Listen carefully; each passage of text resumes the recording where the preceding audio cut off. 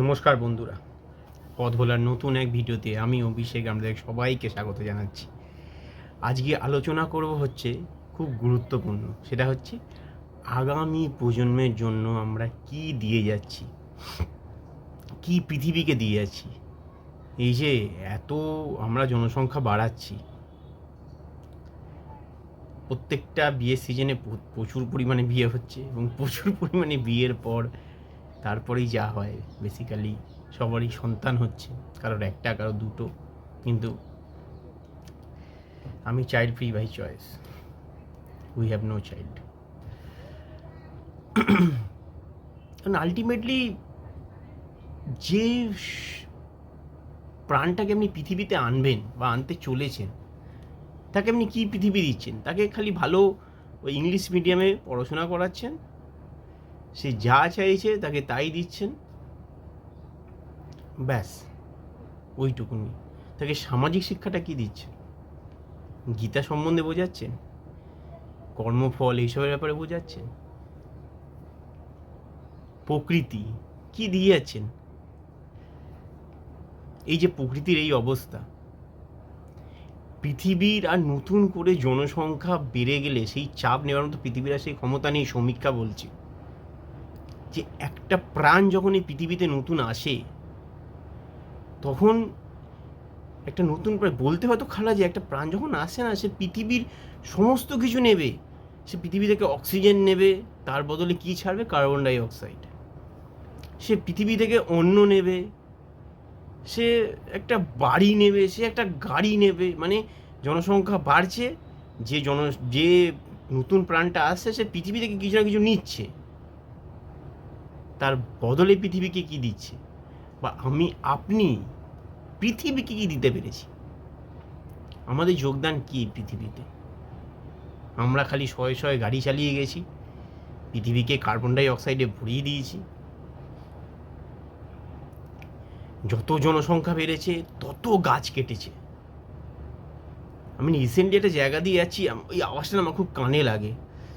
একটা গাছ কাটার একটা আওয়াজ আসে, জানেন তো? একটা নতুন একটা গাছ কাটার একটা মেশিন আছে, হাঁ করে একটা আওয়াজ হয়। ওই যখনই আওয়াজটা কানে আসে না, তখনই আমার এত খারাপ লাগে যে একটা গাছ কেটে দিচ্ছে।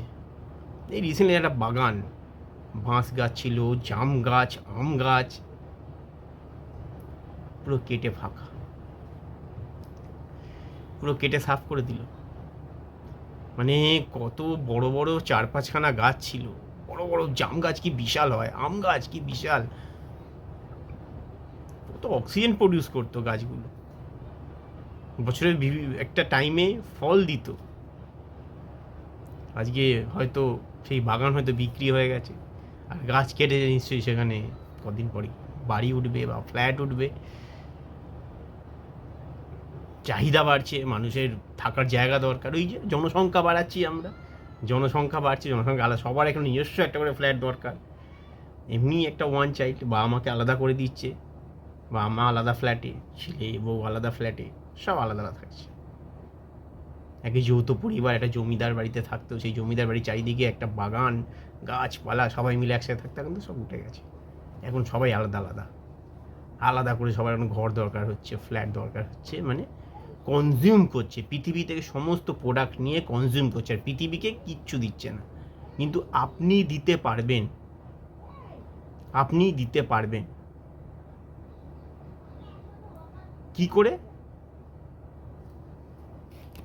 এই একটা জিনিস, এইটা হচ্ছে কোটি টাকা দামের জিনিস, আর কোটি টাকা। হ্যাঁ, এটা হচ্ছে একটা আমের আটি, এর কোটি টাকা ভ্যালু। কি এই আমের আটিটাকে এই বর্ষাকালে যখন আপনি যেখানেই যাবেন, কোথাও ঘুরতে গেলেন, কোনো টিপে বেরোলেন, কারোর বাড়ি গেলেন, বাড়ির পাশে কোথাও গেলেন, এই বর্ষাকালে একটু এই আমের আটিটাকে পুঁতে দিতে হবে। খুবই সস্তার জিনিস। আপনি আমের সিজন এসে প্রচুর পরিমাণে আম খাবেন, সকালে একটা আম খাবেন, বিকালে খাবেন, রাতে খাবেন, কি দিনে একটা খাবেন, হিমসাগর খাবেন, ল্যাংড়া খাবেন, কিন্তু আমের আটিটা ফেলে দেবেন না।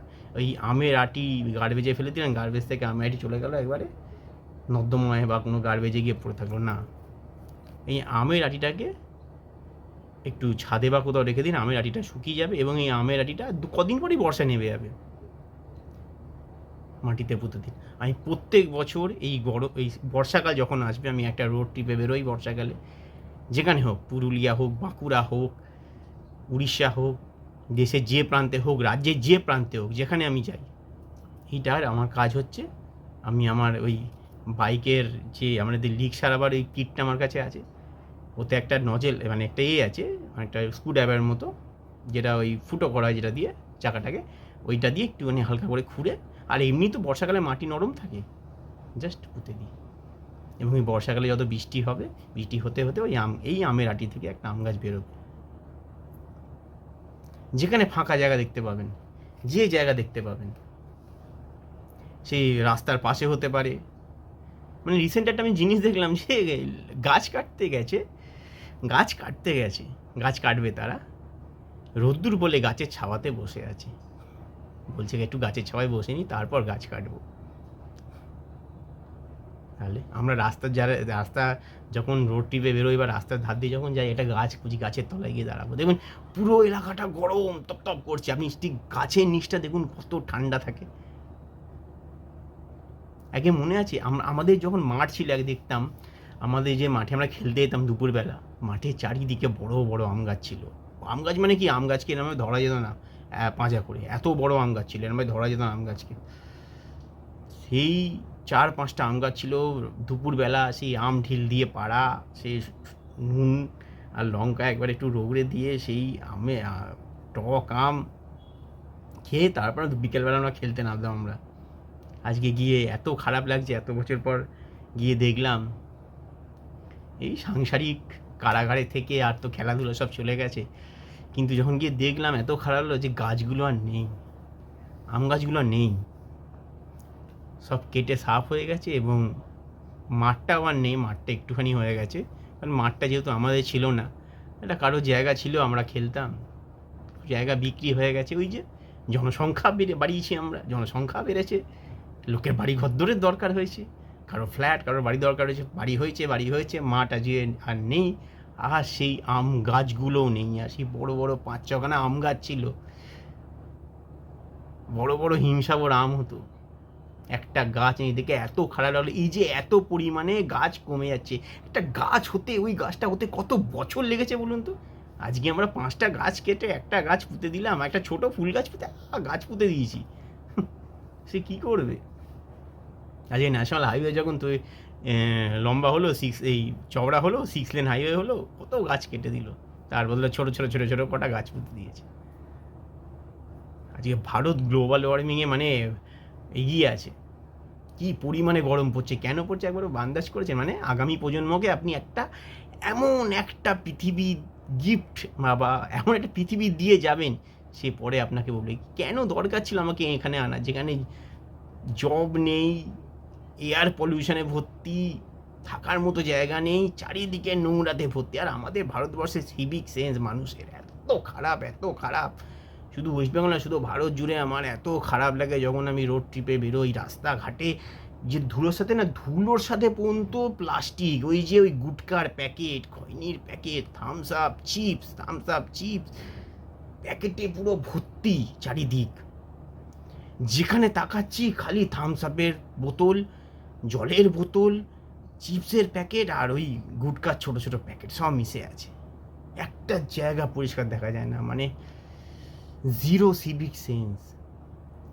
এই আমি একটা বুদ্ধি দিচ্ছি, আমি যখন কিছু খাওয়া দাওয়া করি, যাতে প্যাকেট থাকে, বিস্কুটের প্যাকেট ফেলতে হবে, ওগুলো আমি ব্যাগে নিয়ে নিই। আমার সাথে একটা ব্যাগ থাকে, পিঠের ব্যাগ সবারই থাকে সাথে, আমি ব্যাগে সমস্ত নোংরা ওতে ঢুকিয়ে নিই, নোংরা তো নয়, ওটা তো প্লাস্টিক, ব্যাগের জায়গায় ঢুকিয়ে নিলাম, দিয়ে আমাদের এখানে পাশে যেখানে গার্বেজ আছে বা যেখানে ফেলার জায়গা আছে প্রপার, ওখানে এসে ফেললাম। এতে সবাই যদি চেষ্টা করে না, দেখবেন আস্তে আস্তে নোংরাগুলো পরিষ্কার হয়ে যাবে। আগামী দিনে একটা ভালো পৃথিবী, সবুজে ভরা পৃথিবী, পরিষ্কার পৃথিবী,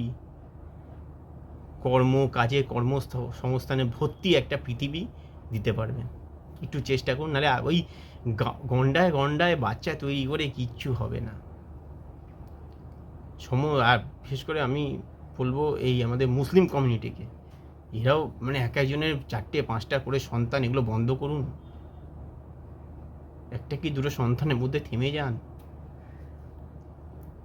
কি চাইছেন? পৃথিবীকে কি তৈরি করবেন? পৃথিবী আর ক্ষমতা নেই, এত জনসংখ্যা নেবার পৃথিবীর ক্ষমতা নেই আর। পৃথিবীর কাল ঘনিয়ে আসছে। আপনি খুব গভীরভাবে ভাবুন, একটা প্রাণ যখন এই পৃথিবীতে আসছে, সে কত কিছু কনজিউম করবে এই পৃথিবী থেকে, তার বদলে পৃথিবীকে কি দেবে?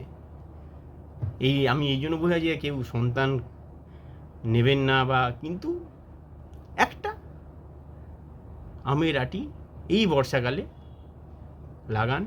অন্তত আগামী দিনে পৃথিবীটা যদি এই একটা আম গাছ কত অক্সিজেন প্রডিউস করে জানেন? তাই দয়া করে এই বর্ষায় আমের আটিগুলোকে পুঁতে দিন, বাড়ির পাশেই পুঁতে দিন না। নিজের কথা ভেবে, সবার কথা ভেবে, নিজের সন্তানের কথা ভেবে, যাতে একটু ফ্রেশ অক্সিজেন, ভালো অক্সিজেন সে নিতে পারে। দয়া করে এই বর্ষাকালে গাছ লাগান। গাছই একমাত্র পারে পৃথিবীকে, পূর্ণ পৃথিবী ফিরিয়ে দিতে আমাদেরকে। দয়া করে, কোনো ইনভেস্টমেন্ট নেই। আমের আটি, আম তো খাবেন, আটিটাকে যত্ন করে রেখে দিন আর ঠিক পুঁতে দিন। দেখবেন আগামী 10-15 বছরে পৃথিবীতে গাছে গাছে যদি ভরে যায়, তাহলে আবার আগের পৃথিবী হয়তো আমরা ফিরে পেতে পারি। সবাইকে অনেক ধন্যবাদ এতক্ষণ ধরে আমার কথা শোনার জন্য। নমস্কার।